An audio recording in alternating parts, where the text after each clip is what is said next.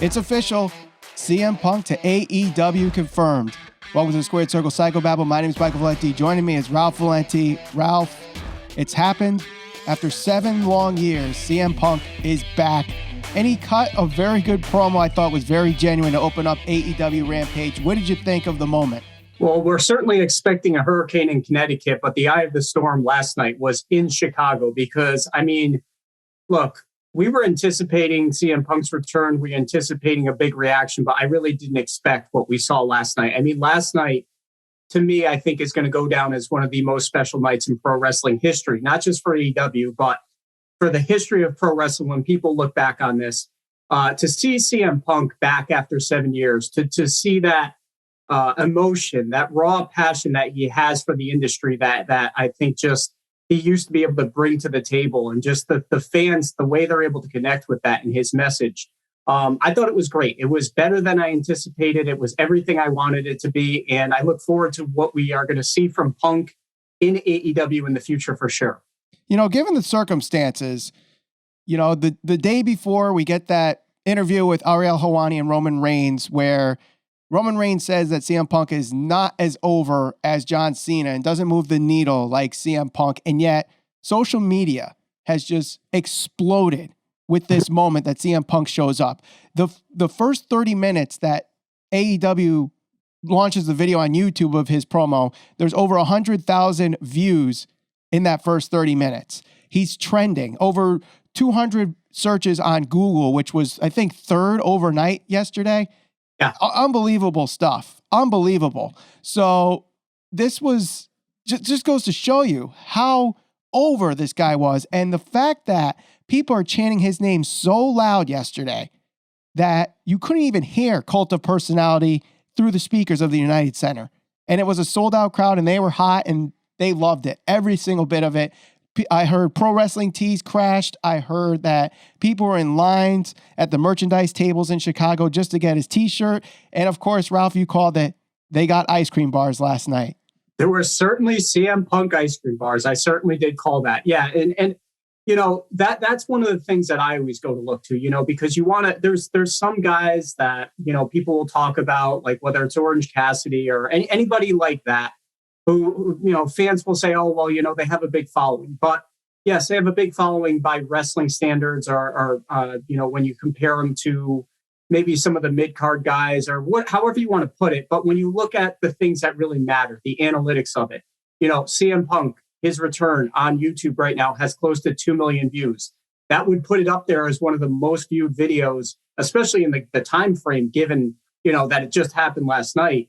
That's a lot of people that are interested in it. When you go on Google Trends and to see a pro wrestler, which, mind you, is very rare to see anybody even within the top 10. Sometimes you'll get like, you know, a search for WrestleMania or SummerSlam, or right now tonight you might see Cena trending. To see CM Punk within the top 5, I think it was number 3, like you said, overnight. That's encouraging stuff, and that just goes to show you, like with CM Punk, I think it was a matter of the guy, what he wanted to do with pro wrestling and what he envisioned pro wrestling being. It was just the right guy in the wrong place at the wrong time in WWE. And with AEW coming into fruition, like he said last night, this is everything he wants pro wrestling to be. And I think that adding him in there, just, you know, whether that's for his mindset or his ability to appeal to whatever, however big his fan base is and however big his reach is, that's what's going to make the difference for AEW, to show that, look, again, like I said last week or our last episode, we're not here.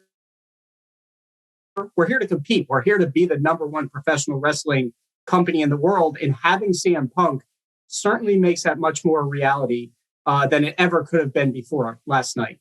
Right. And I mean, let's talk about the promo a little bit. And he mentioned some stuff with WWE, obviously jabs at the fact that they call it sports entertainment, not pro wrestling. And, you know, talking about the young people, the first thing he does is put Britt Baker over. The last thing he does is put Darby Allin over, and saying that he's going to be facing him in his first match at All Out on September 5th in Chicago.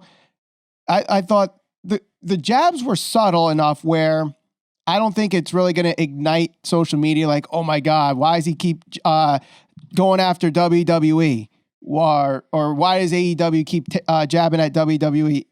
This here, I think, was warranted considering what happened in 2014 when he walked away and all that time that happened. So I'm not going to go after it like I would have with other people. I think this time it was warranted. Yes. Yeah. I think that, Punk's story has been heavily publicized. I think everybody kind of knows about it. They already know his falling out with the WWE. I mean, that podcast that he did there with Colt Cabana, a lot of people have already listened to that. So, I think it was smart on his behalf to kind of go in on WWE a little bit, but subtly, not necessarily bring them up and bury them, because this was a huge moment for him. And the last thing that you want to see is him go out there and have that be the highlight of his message. Really, what I came away from that thinking is just, okay, he's there to make a difference. He's there. He's passionate. He wants to be back, and he wants to work with a lot of good young guys. I didn't walk away from that saying, okay, well, this guy's there because, he's there to shove it in WWE's face or sour grapes or anything like that. So I liked it. I thought that the message was sound and that it's going to resonate with a lot of, pro wrestling fans who are just really passionate and want to see him back. And that's the main thing. I didn't walk away from that thinking, okay, well, he's back to kind of prove WWE wrong. He's there because he wants to be there, because he's passionate. Right. And I'm sure there might be some bit where he wants to prove WWE wrong, but I agree with you 100% on what you're saying there. Now, to close it off, he challenges Darby Allin. We're getting it out all out September 5th in Chicago. Now, here's the question. Who do you have go over? CM Punk after 7 years, or the uprising star in Darby Allin? Well, even though Punk's been gone for 7 years, he's still the veteran. He's the star. He's the draw. He's the guy that's going to main event. I mean, look, as much as I love Darby Allin, he's not going to move the needle quite like CM Punk, at least not yet. CM Punk has a loyal fan base. I mean, we just talked about all the analytics, having number 3 trend on Google Trends, the video views, the crashing of pro wrestling tees. So he is the star. Darby Allin is always going to play the underdog role because he's a smaller guy and he plays that role perfectly. He didn't need to beat Cody Rhodes to get over. He just is appealing. So in my mind, I think Punk goes over because Punk is the star. That's the right call. He needs to move up in the rankings and all those types of things and get credible wins to try and, challenge for titles. And people are going to tune in to see CM Punk. And eventually Darby Allin, I think, is going to be a huge draw for them. He's just not there yet, but this match can kind of catapult him to that level, I think. So I think Darby Allin looks good in the match. I think Punk goes over. Maybe there's a rematch somewhere down the line and Darby can get the win back. But I think Punk's the guy to go for the win.